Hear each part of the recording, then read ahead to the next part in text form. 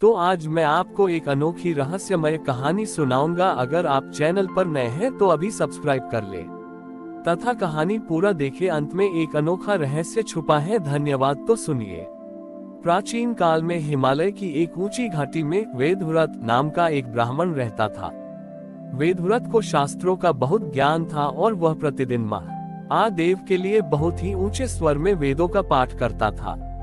उसका मानना था कि जितनी स्पष्ट और ऊंची ध्वनि होगी, महादेव उतनी जल्दी प्रसन्न होंगे। उसी घाटी में एक छोटा सा झरना बहता था। उस झरने के पास एक बूढ़ा व्यक्ति रहता था जिसे लोग मूक कहते थे, क्योंकि वह बोल नहीं सकता था।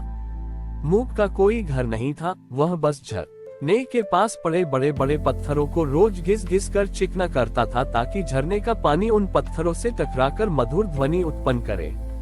वेदव्रत अक्सर मूक का उपहास करता और कहता, अरे ओ मूक, तू सारा दिन इन पत्थरों को क्यों घिसता रहता है? क्या पत्थर घिसने से महादेव मिलेंगे? देख मुझे, मैं अपनी वाणी से साक्षात आकाश को गुंजायमान कर देता हूँ।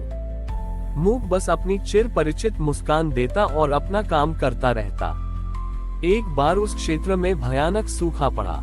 घाटी की सारी वनस्पतियां सूख गईं। वेदव्रत ने वर्षा के लिए बड़े बड़े अनुष्ठान किए, मंत्र पढ़े, पर आकाश से एक बूंद भी नहीं गिरी। वेदव्रत का गला सूख गया, उसकी वाणी मौन हो गई।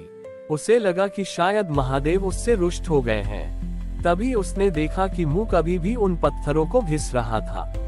मूक ने उन पत्थरों को इस तरह तराशा था कि झरने का जो थोड़ा बहुत पानी बचा था, वह उन पत्थरों की नलियों से होकर सीधे प्यासे हिरणों और छोटे पक्षियों के मुंह तक पहुंच रहा था। अचानक जैसे ही एक नन्हा पक्षी उस पानी को पीकर चहचहाया, पूरे पर्वत पर डमरू की दिव्य ध्वनि गूंज उठी। वेदव्रत चकित रह गया, क्योंकि उसने कभी ऐसी ध्वनि नहीं सुनी थी। तभी उसे साक्षात महादेव के दर्शन हुए। महादेव मूक के पास खड़े थे और उसके सिर पर हाथ रखे हुए थे। वेदव्रत ने रोते हुए पूछा, प्रभु, मैंने हजारों मंत्र पढ़े, पर आपने दर्शन नहीं दिए। इस मूक ने तो कभी आपका नाम भी नहीं लिया, फिर यह कृपा क्यों? महादेव ने अत्यंत सौम्य स्वर में कहा, ग्रेटर देन वेदव्रत, तुम्हारी वाणी में अलंकार थे, पर मूक के कर्मों में उपकार था। तुम मुझे सुना रहे थे, लेकिन मूक मेरी रचना जीवों को जी रहा था।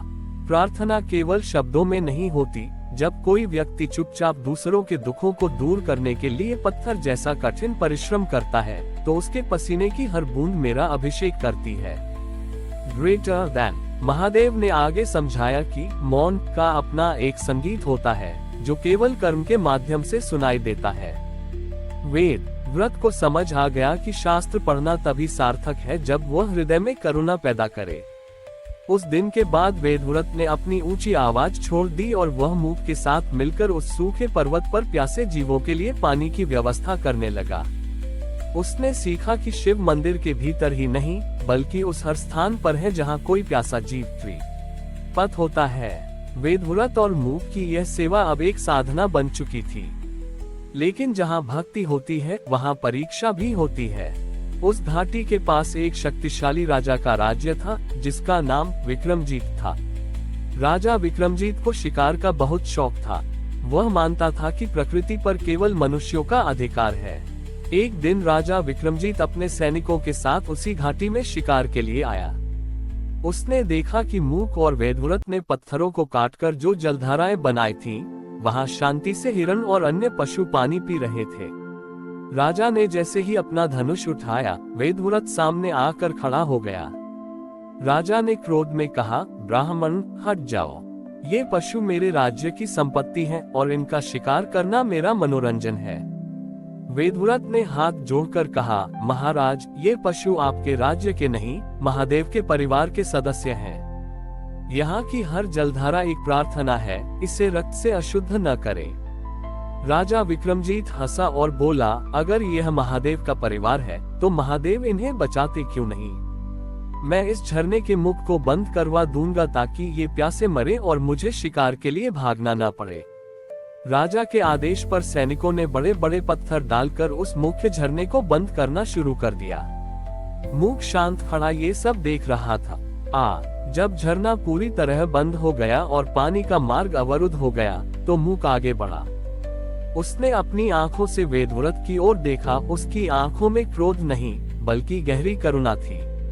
मूक उस बंद किए गए झरने के पास गया और उसने अपना कानून पत्थरों पर लगा दिया। उसने पत्थरों के भीतर बहते जल की धड़कन को महसूस किया। मूक ने अपने हाथों से एक विशेष पत्थर को सहलाया, जिसे उसने वर्षों से घिसकर चिकना किया था। तभी मूक ने अपने जीवन में पहली बार एक शब्द बोला, शिव। जैसे ही उसके कंठ से यह शब्द निकला, वो बंद झरना किसी ज्वालामुखी की तरह नहीं, बल्कि एक संगीत की लहर की तरह फूट पड़ा।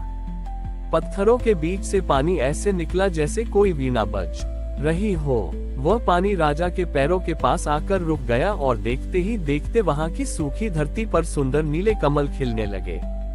राजा विक्रमजीत ये चमत्कार देखकर कांप उठा। उसे समझ आया कि जिसे वह निर्जीव पत्थर और मूक व्यक्ति समझ रहा था, वह तो महादेव की जीवंत वीणा थी। महादेव की वाणी गूंजी, ग्रेटर देन विक्रमजीत। जो प्रकृति को बांधना चाहता है, वह स्वयं बंध जाता है, और जो प्रकृति को मुक्त करता है, वह मुझ में विलीन हो जाता है। मूक की चुप्पी में मेरा ही संगीत छिपा था, जिसे तुमने अपनी महत्वाकांक्षा के शोर में नहीं सुना। Greater than. राजा ने अपना धनुष त्याग दिया और वहीं भूमि पर बैठकर मूक के चरणों की धूल ली। राजा ने उस घाटी को अभय वन घोषित कर दिया, जहां कभी कोई शिकार नहीं होगा। वेदव्रत ने देखा कि मूक अब वहां नहीं था। वह उस झरने की एक लहर बन चुका था। वेदव्रत समझ गया कि मौन की सबसे ऊंची अवस्था वह है जहां भक्त और उसकी भक्ति अलग अलग न रहकर एक दिव्य संगीत बन जाते हैं। हमारी और भी आध्यात्मिक एवं अनोखी कहानियां देखने के लिए हमारे चैनल पर जाएं तथा धार्मिक एवं पौराणिक अनोखी कहानियां हमारे चैनल पर है। कृपया जाके देखें तथा हमारे चैनल को सब्सक्राइब करके रखें और वीडियो लाइक जरूर करें। धन्यवाद।